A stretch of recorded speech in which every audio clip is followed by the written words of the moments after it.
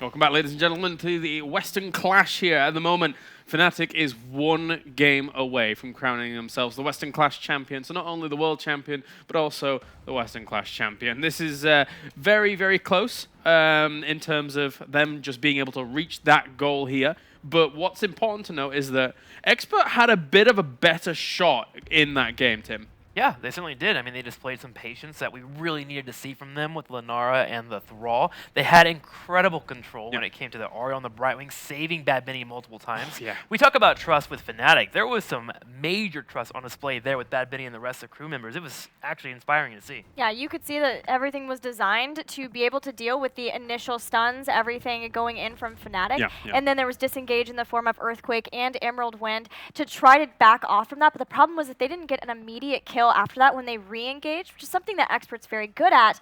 Then the problem was that they were out of these heroic abilities, and then all of a sudden the stun locks would come back in from Fnatic. The adaptation was almost there, but one final fight from Fnatic is all it took. Well, time for the highlights from game number 3 or 2 or whatever you want to call it. I have 2 highlights prepared for you. The first one is going to be, if we just pause this for a second, this is going to be the first moment where Expert makes a legitimate stand. First of all, every Shrimpy to run the stun just hit. I want to know where he got that kind of aim. That's just crazy.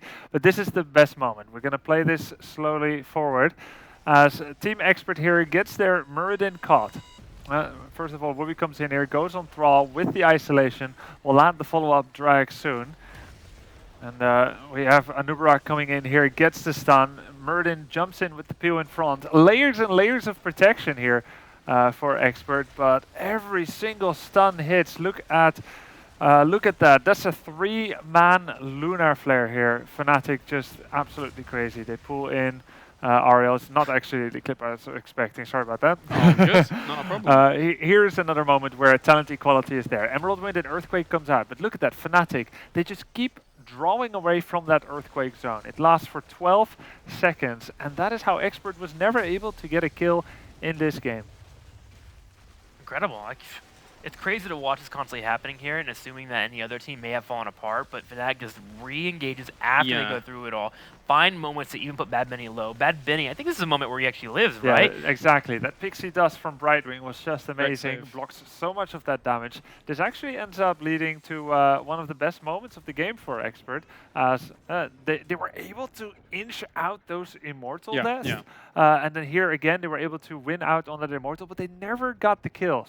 For me, I know you didn't prepare the first clip by any means, but what I did enjoy about that first clip was the fact that Fnatic, and especially Wubby on the Dahaka, he has so much confidence in his team saving him, in the play that he's going to be able to make. He was on about 5-7% health, and then still goes in for the drag on someone, goes back in knowing that his team's going to protect him, just for the opportunity to try and find a kill. So, like, it's these very, very clear min-maxing moments from the world champions that really kind of stand out to me, Gilly. Yeah, I mean, we could talk about Wubby's Dahaka for years, and I did want to mention one final point about that Dahaka, and that was the fact that he was making sure to continue soaking in the lanes, and because of that earlier gank, which was magically executed by Fnatic, so good, to rotate around and take out Kirsten, he just didn't feel that level of comfort to split soak in the same way. So that was that little bit of extra utility that Fnatic had in their draft to make sure that they could get to 20 first and win that fight. All right, time to find out which map we're going to be going to for game number 4 here in the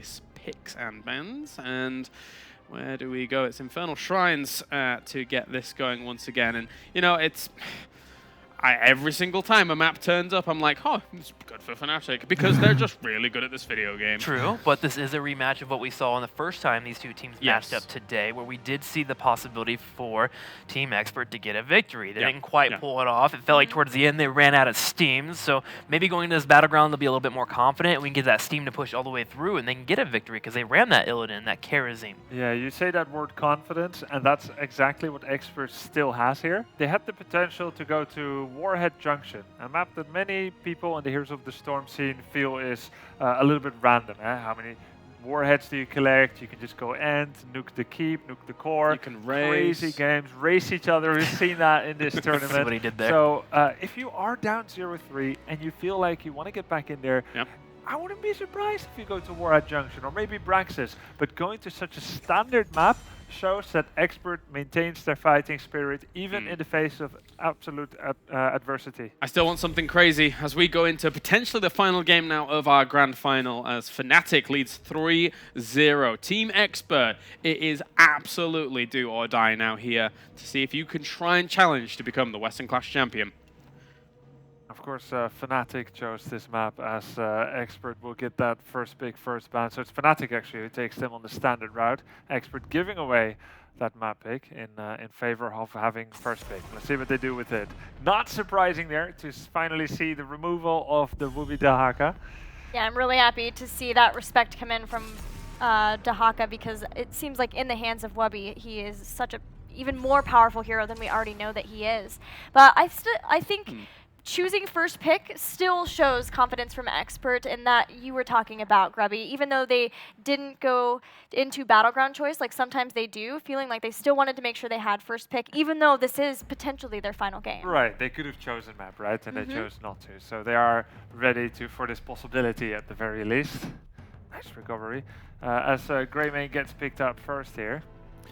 Abathur removed. A big thorn in the side for Fnatic the first time around. They played against Expert on this battleground, as we do have a repeat here of the map that they played earlier.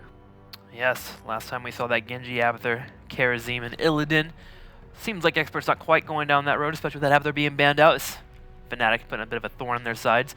Fnatic now thinking about what would they like to move into. Their choices, of course. A Nubrak is still up, a tank that we've seen very often, but they seem to be favoring ETC as of late.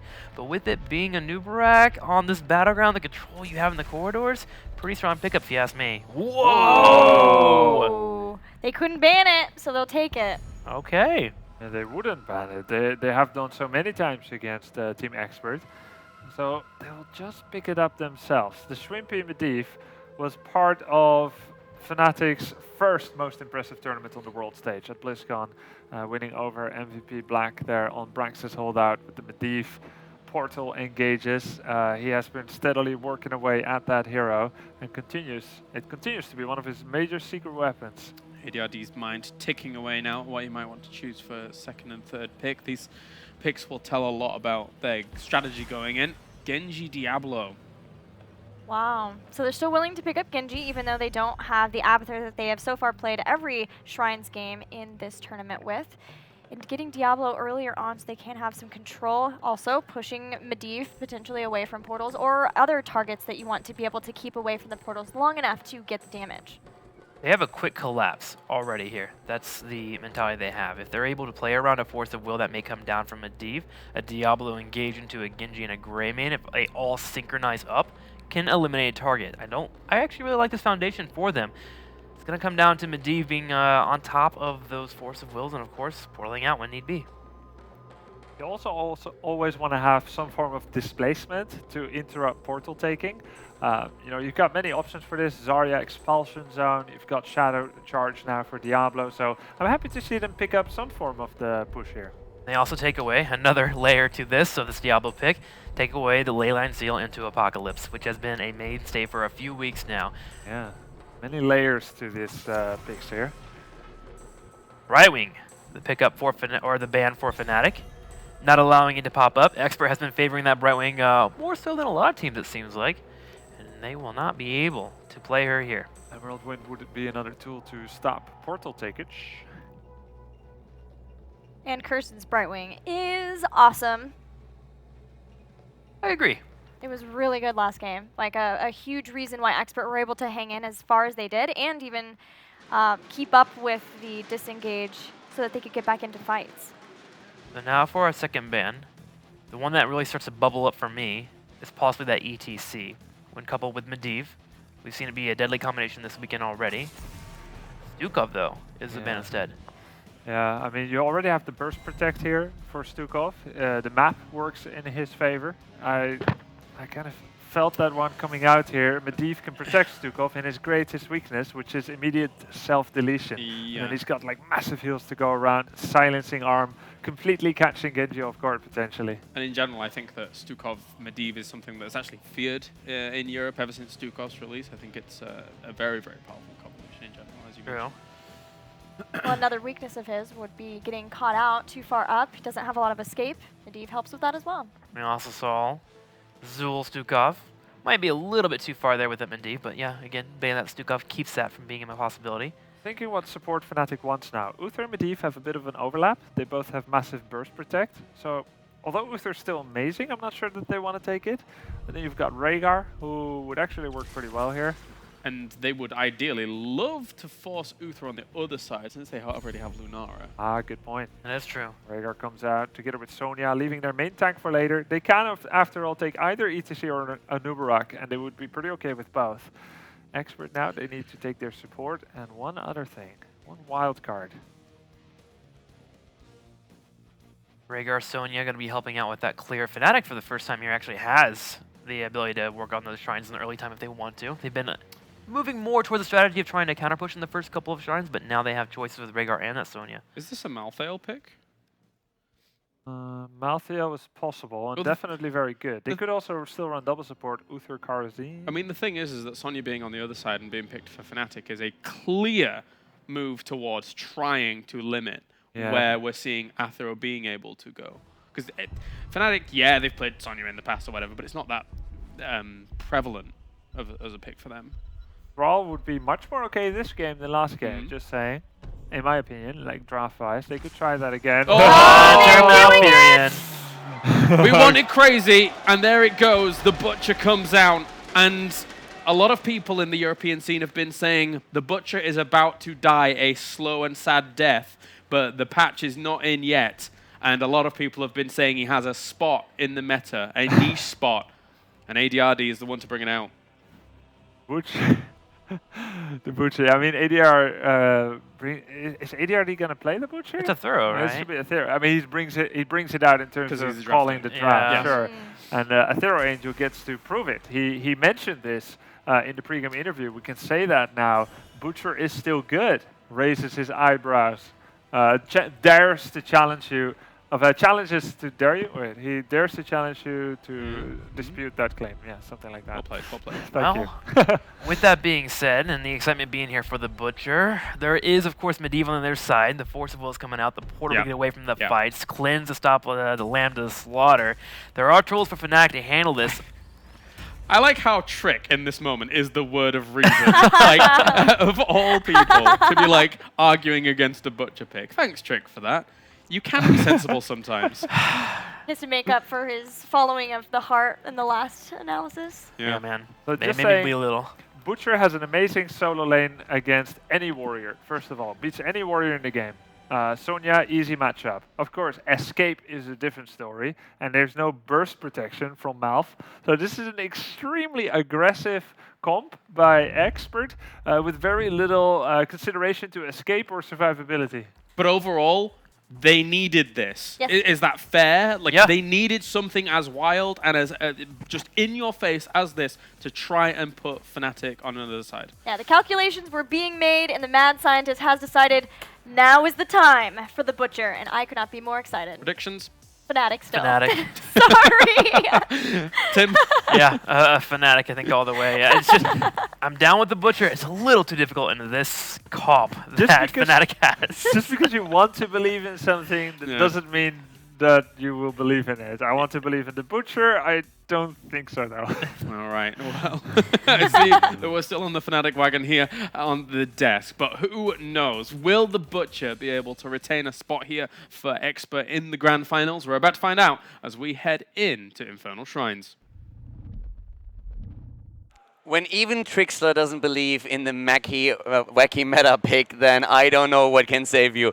Is the Butcher going to be the answer? I'm going to remain on the side of probably not. But I'm ready to be upset. I'm ready to be surprised. And every time I lose faith in a pick, I'm like, you know what? Prove me wrong.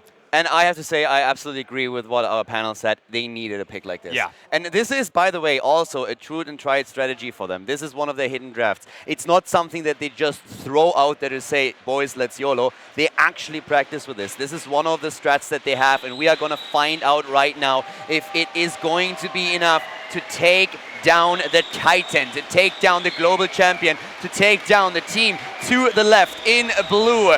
Fnatic, the Swedish boy band with Wooby on Sonya, Quacknix on Lunara, Smexy on Rega, Schwimpy on Medivh, and Breeze on ETC. In the red, Team Expert bringing out all the stops here with the Feral Angel on the Butcher, Bad Benny on Diablo, Cursin playing Malfurion, Nick's gonna rep the Genji, and we have ADRD on Greymane. A Butcher on the way up to the top with Chop Meat as his first talent here right away. It's Infernal Shrines and it's time to shine for Team Expert. This game is the moment where Fnatic could make Heroes of the Storm history. If they do manage to be able to take out Team Expert here and claim themselves the Western champion, they will be the second team ever in history to be able to go undefeated at an international tournament. They haven't lost a single map. This is so crazy. And keep in mind that as we are headed into this grand final, Fnatic started with a one-game lead. They had one original point already since they came from the winner bracket, whereas Expert had to fight their way through the losers bracket. A 3-0 lead for Fnatic right now. If they win here, they crown themselves the Western champion. At this point, we are going to see how much of an impact, especially the Butcher, is going to have. Hopefully an explosive one. You know, not maybe Furnace Blast as I'm kind of maybe alluding to there. I do still expect to see the standard Lamb to the Slaughter if Butcher really has a standard build. It has some cool counterplays and interactions with Medivh specifically, making you second guess whether or not you want to enter portals. I also, by the way, just to drop that on top, when they ended the game, the first line that they dropped was, "This is for you, Blade." Throwing a little bit of a little history lesson, a little bit of nostalgia back in. Blade, this one is for you. Given the respect they're out to a past teammate, and it's, you know, by the guy who ended up taking his place there. So it's really nice to be able to see that out of Expert. Either way, though, we've got ourselves the very first Shrine phase. It's going to be interesting to see how it plays out. Again, traditionally, Fnatic, they like to play it a bit slow. They're always that eager to get on top of that altar, but there's a lot of plays to play Infernal Shrines. We might see how it unfolds. And we talk a lot about the Butcher here, but let's look at Fnatic for a second. Leyline Seal into potential mosh pits, just the protection alone. ETC to negate the Butcher every step of the way when he tries to connect, tries to go in. This is going to be definitely a rough game, but there's a lot of tools that Expert has right now. They were trying to go for a surprise draft, and let's see if it's enough to take Fnatic down. Fnatic taking the level 4. We have only up at the top lane now the Butcher fighting against Sonya around that shrine. I'm going to be honest, you know, I don't play too much Butcher on Infernal Shrines, but my natural assumption is his wave clear is normally not too hot. I don't think he can outrace the Sonya there onto the Skeletal Defenders, but we'll keep track of what's going to be happening up there in the top lane. Expert's not even paying attention, though. They want the pressure elsewhere. Chop Meat is definitely going to help with that. Yeah, I mean, it helps, but yeah, it's not a whirlwind, no, you know? It's going to be rough for sure, but Chop Meat is going to help you a little bit with it.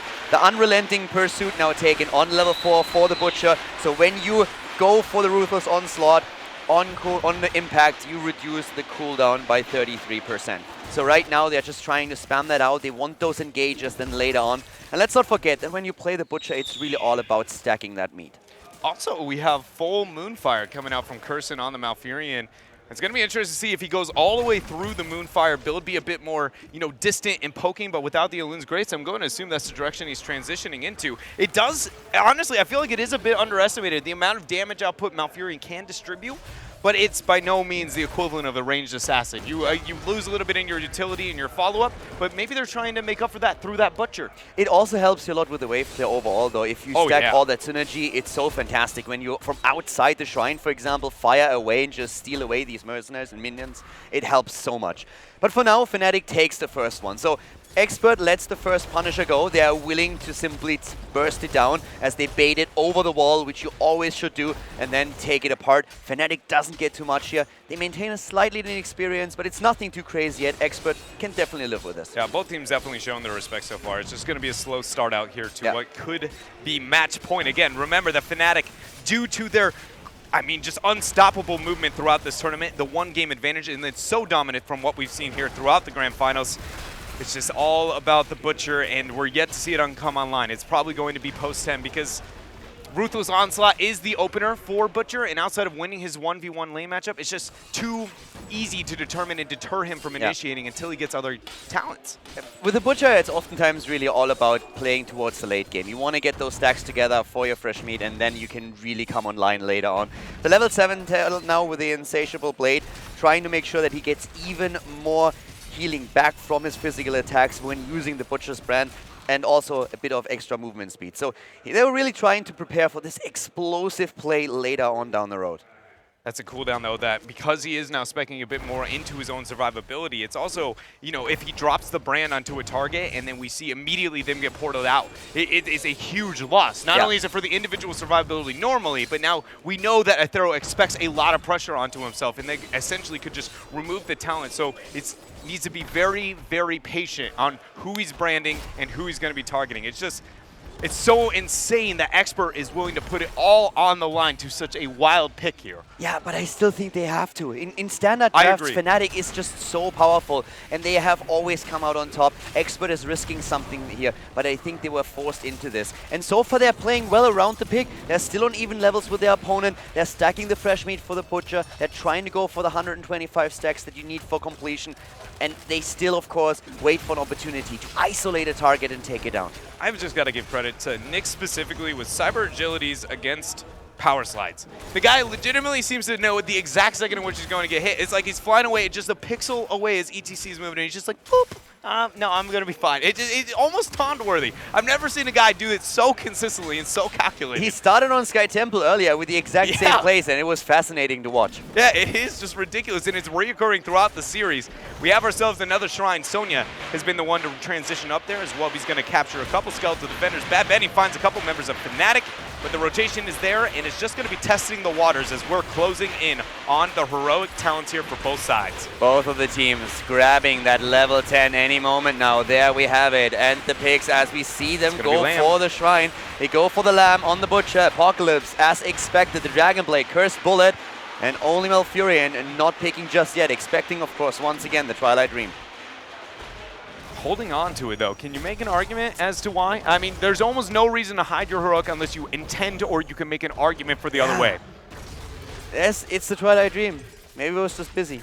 You know, checking his stacks. Yeah, you know, checking the stats, checking the circumstances throughout the game. There's a lot of things to be paying attention to in competitive Heroes of the Storm, and it's got to be so tense here. You know, I can honestly even see just through pressure alone. Hold on, the APOC attempt there, beautiful cleanse. Smex keeping everybody alive, and now the rebuttal is going to be real. Portal not dropped. So members of Fnatic got to be patient, understandably so though, because Sonya is still getting the Punisher. Fnatic right now, they already have 37 stacks on the Punisher, but of course they are trying to just delay it even further. Expert was willing to give the first and the second Punisher away, never even trying to contest it. Now they make a move for the Shrine, but only to force Fnatic's hand, to make sure that Fnatic has to commit to it right now.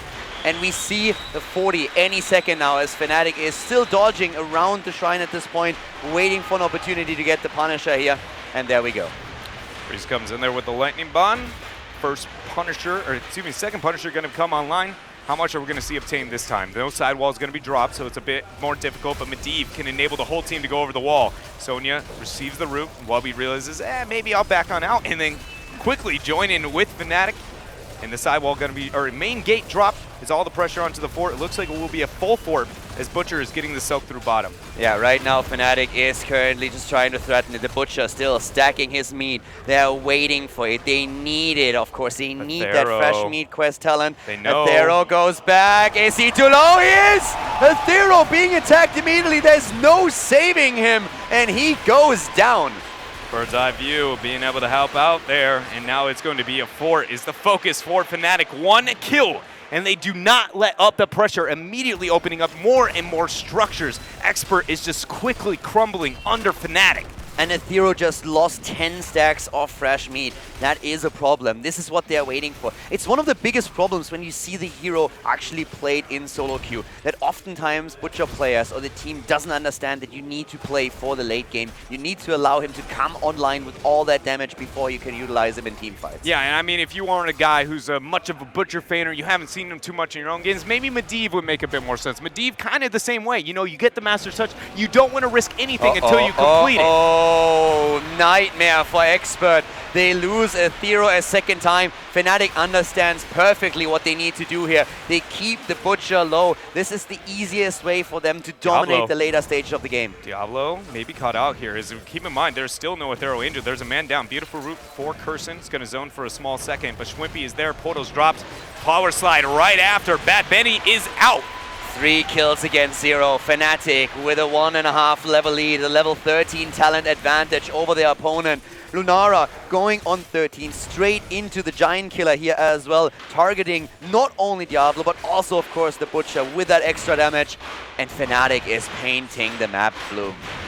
The only silver lining here for Expert, as we are 20 seconds away from the next shrine, is that they have the same talent here, but they have to be careful. If they fail over the next couple of minutes, it is likely Fnatic will find themselves with the 16 and such an experience gap that this game may be irrecoverable. And they have already been set back quite heavily by the 2 deaths against the Ethereal Angel. Savage charge taken on level 13. Now they're starting to move in. Ethereal moves in a bit too deep. Can they save him? No, they cannot. The Butcher goes down, and Fnatic is trying to chase the ley line, hitting 2. And Twilight Dream has actually interrupted the mosh pit immediately after Ice Block was used there for Malfurion, but Curson has nothing left here, and Fnatic is on an absolute tear, Kaldor. Shrimpy on Medivh with a beautiful shield immediately onto ETC. No interrupt possible, and that mosh pit.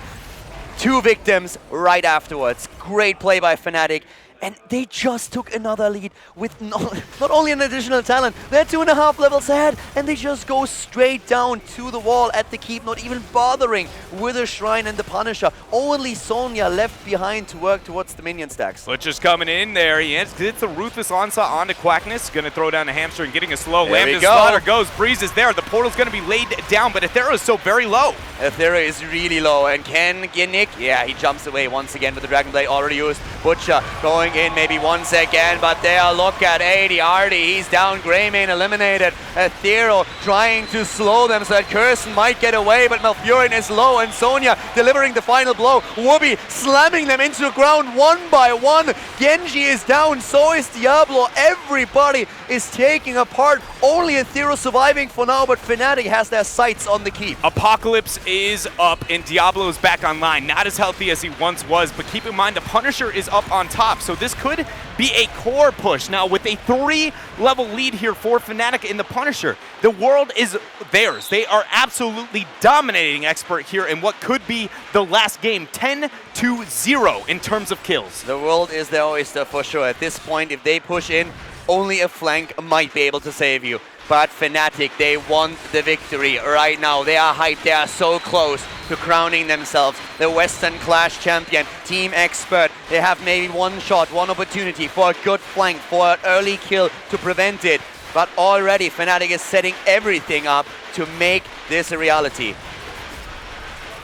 Expert may only have seconds left in this game. They went for the Butcher, they went for the risky pick, but Fnatic identified it early on, focusing their attention onto Ethereal. The ults are up, nearly all of them. 10 seconds until the Ancestral is back online. Genji with the Dragon Blade in the same amount of time, and Fnatic is moving in. To add insult to injury, Arcane Punisher on top of everything else moving in right now. Fnatic, they want the core, and Expert knows it.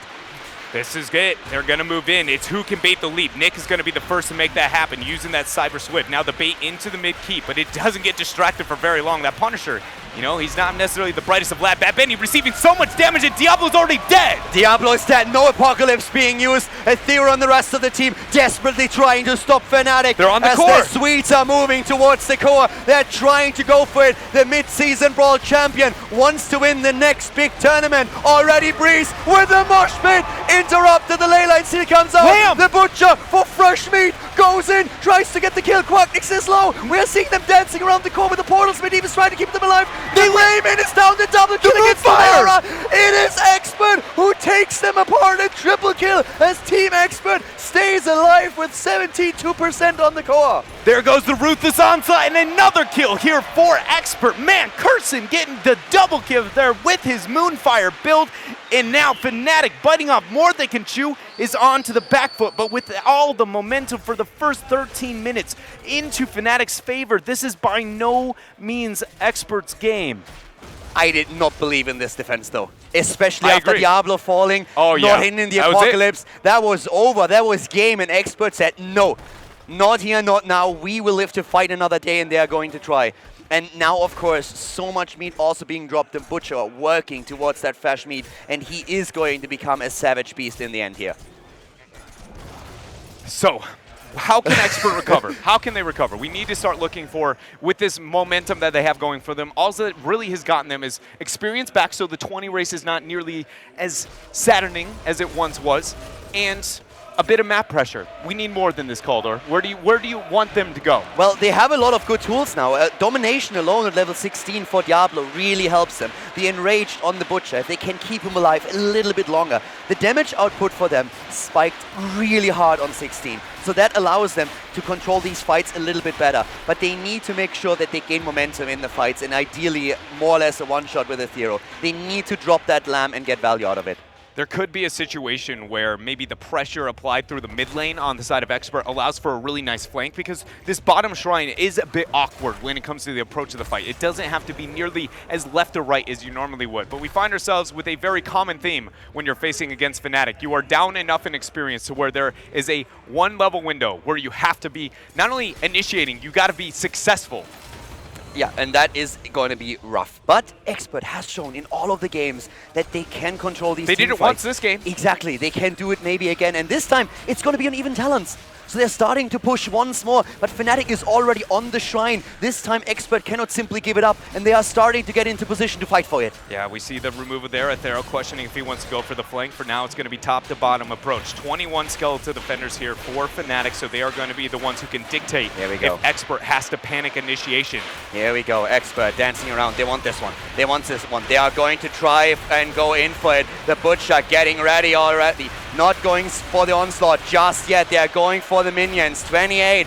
They have 28, but here comes the Mosh attempt. The Mosh hits, and also the shield. The Butcher is down. No Lamb, no nothing. Fnatic loses Medivh. It's a 1-for-2 trade. Expert is still fighting, but they lose Genji. They lose Genji, and they're about to lose ADR. Curson is the last man to stand, and this is just a poor Malfurion. We are here with Fnatic. 4 members still alive, and it looks like they are done with this game. They want to move on to the core. Breeze moving in with a mosh pit, and then they don't have the Divine Shield, but they do have Medivh's shield, and this is Fnatic going for the finish. They're moving in. The level 20 is ready. They are the mid-season Brawl champion, and they want more than that. Expert is down. Only Malfurion is still alive. 70% of the core as the Swedes are moving in for the final kill, the final blow against Team Expert without losing a single map. Fnatic does it. They are the Western Clash champion.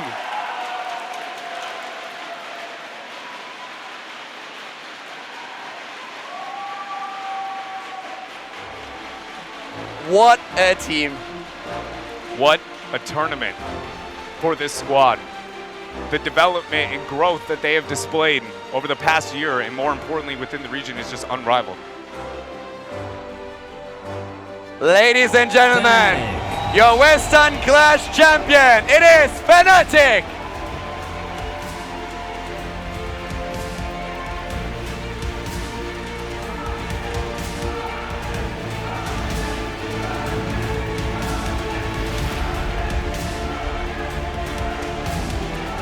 The crowd is literally on their feet, on the chairs, cheering, holding up signs. Everybody's cheering for the favorite team heading into this tournament that crowned themselves a champion.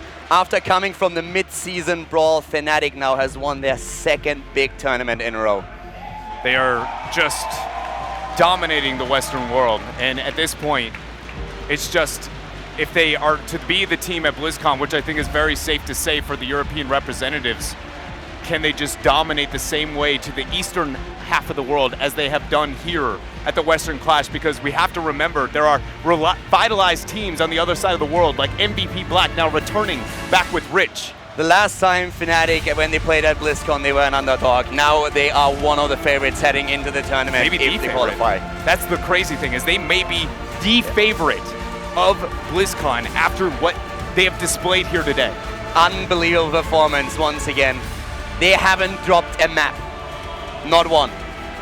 In the words of Artosis from the Spring Global Championship, he said, I don't think we'll see anything like this again. You know, after we saw MVP Black make that tear, and he was wrong. International performances, Fnatic has displayed that they can go undefeated, and it's inspiring what they've been able to accomplish. It was an incredible performance here, and it is just the way they won. The dominance, the confidence, Heading into these games, Fnatic, the Western Clash champion. An incredible feat. You've got to ask yourselves, when you win your first tournament ever and become a world champion and then just slay the Western Clash the way that they do, you've got to be, you know, at what point does it stop? I honestly don't have any idea. It's astounding, and the emotions that they got to feel, you know. They absolutely dominated here. And it was incredible to watch. They came into this tournament with all the confidence in the world. They said we need to respect our opponents. We have seen in the league play that we still can lose games. We have the confidence, but we're not underestimating anybody. But if we play our best game, nobody can beat us. I think that's probably the most impressive thing they displayed in this tournament. Actually, their performance in their games were amazing, but their respect that they were able to give and that they never went too far. The closest thing to overextending almost the whole tournament was that end core call, and let's be honest, they were maybe one Q out of Medivh to get the final kill away from locking in that game a bit earlier, and that kind of being able to humble yourself continuously, not just to start the tournament, game after game, shot call after shot call, draft pick after draft pick, and Fnatic and Quacknix are the ones who can do it. The stories with this team alone, Breeze, when he was 16 years old, starting his professional career, taking a year of school for this, seeing, let's see how far I can go. Now he's a mid-season Brawl champion and a Western Clash champion. He's at the top of the world. They are the best team in the world right now. They are the ones to beat. And as we see in the league play in HGC on a weekly basis, they are on a completely different level than anyone else. You can hear just everyone's satisfaction with what they've experienced. This crowd in Kiev has been absolutely amazing. It was absolutely outstanding casting here and just experiencing Fnatic's victory together with that crowd that cheered every single step of the way.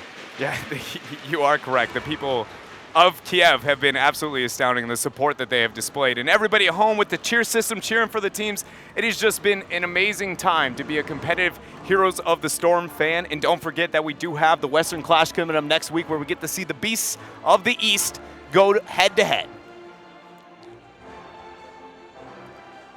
It's going to be great. We had already the Western Clash and the Eastern Clash is going to follow, but we already crowned a champion today and I'm blown away. We all thought they are the favorites, but that they get the clean kill with a 4-0 in the grand final. Expert pulled out everything. They pulled out their Butcher draft, they tried Standard, they tried everything they could, and it looked good at times, but in the end, the victor is Fnatic. And still, with this entire performance of the Western Clash, Europe has still proven its dominance compared to North America and all the parts of the West, and so it's going to be really awesome looking forward and what we see happen, the development, if North America is able to finally be able to take those games. But in the end, it's been so awesome to be a part of the Western Clash. We saw great performance also from the North American teams, and there's a lot of potential with what we've seen. Team Freedom, Gale Force, they all performed so well here. Tempo Storm, and I can't wait for BlizzCon. But of course, next week we're going to have the Eastern Clash. But before we're going heading there, we go back to our panel. We have our champion, and I cannot wait to hear what they have to say about those games.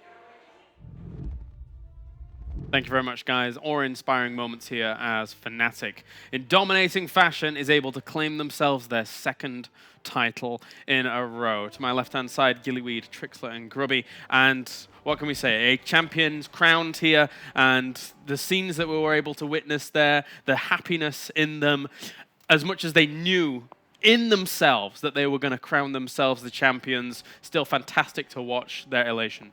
Even when we were talking to them before this event, Fnatic did say that it felt different to be champions of the mid-season brawl, but Quacknix tried to put that out of his mind because he didn't want to underestimate any of his opponents here the way they underestimated the Playing Ducks. And that lesson afforded them a victory without a single hair out of place. They didn't lose a single game. Which is important, of course. You got to keep the hairstyles going. Yeah, it's incredible how cohesive they are and how often they can make those plays and be a team that is so well put together. It feels like they're playing just a different game. It really does. And I feel like in terms of also bringing the story to a complete full circle, after you win a tournament like the mid-season brawl, obviously that was extremely well fought, 4-3 there in the finals against Dignitas. It was an amazing triumph, a first one for Fnatic, but after that people will always be wondering, can they do it again? They're at the Western Clash, the pressure of being the kind of a title defender of the previous tournament, and they have done so. And in the most dominant fashion possible, not losing a single map. Absolutely wonderful and inspiring, really. Yeah, very, very impressive stuff by Fnatic. Obviously, Expert in this grand final throughout the tournament. Looked good, but when it comes up against Fnatic, they just looked outclassed. It was very difficult for Expert to ever gain traction here. An attempt at that butcher towards the end of that series, a valiant one, but in the end, a useless one. He finished his quest, which is always a positive, man. I mean, finishing that up always feels Always good. Looking on the bright side of life. Yeah, it's still, yes, I gotta agree with you. Expert has had a very dominant performance this weekend, and it's crazy to think that they have come this far, and yet they're not even that close to Fnatic yet. Fnatic still that far ahead of them. Obviously, one of their biggest rivals, Team Dignitas, was not here for Fnatic, of course. They have been one of the only teams to actually hold a candle to them, not only in the mid-season brawl, etc., and things like that. I think that Dignitas is probably at home saying, we could have given you a run for your money. Yeah, that's what I was thinking as well. Yeah. They were thinking, oh, we could have at least gotten a game, right, guys? Right? We could have taken a game, right? I don't know, though. The crazy story here is, with the placement that Dignitas has, we don't even know if they will make it to BlizzCon, if they can even prove that. Yeah, because obviously you need to be top 2 going into that. Well, a fantastic tournament overall. Your final thoughts? What did you enjoy from the tournament, etc.? It's been an incredible experience to be a part of the Western Clash again. I loved being here in Kiev. I loved seeing the North American teams really bring it to Europe. Yeah. But in the end, it's always great to see Fnatic just come out and slay, and I'm happy to see that they maintain their dominance after the mid-season brawl. Definitely. For me, a bit of a heartbreaker seeing the last games of Nomia, obviously. I don't think the matches went as well as they would have liked, but I am going to miss them as a team. They've been around for this entire year so far, but I definitely wish to see best of luck to Arcaner in his pursuits to become an EU player. And the other guys. And the other guys as well, yeah. Of course, also, Team Freedom. Man, you guys killed it. I hope to see more of them in the future. Really? Team Freedom, Team Guildford Esports, very promising for the North American scene. Previously at mid-season brawl, it was Roll 20. Temperstorm is still struggling, but if we look at these other 3 teams that I just mentioned, it looks like North America is finally starting to prepare to stake a claim on the world scene. Yeah. I don't know if they will be able to do so in time by BlizzCon, but they have a lot of material to work with. Be inspired, I would suggest, by Fnatic. Examine over and over again, go over those VODs dozens of times and try to learn from that, because Fnatic has put on a clinic. Yeah. Professor Fnatic has shown everyone how to play this game of Heroes of the Storm, and I love it. It's been fantastic. It's been really good. Obviously, Fnatic now has staked their claim on the Western world and put themselves in a firm and prime position, moving into the future and looking forward to BlizzCon. Don't forget, in just a few days' time, we're going to have the Eastern Clash coming up in a few moments as well, which will determine, of course, who is going to be our Eastern Clash champion from all of the Eastern world as it holds on true. From there, we'll be able to see from the Eastern world who will be able to have power moving on through in Phase 2 and also try and rival for BlizzCon down the line. A huge thank you for everybody tuning in over at home for the Heroes of the Storm universe. Make sure to keep those HGC cheers going as we have broken the 10 million bit mark, which is a triumph in itself. From us at the desk, from everybody here in the Ukraine, in Kiev, it's bye for now.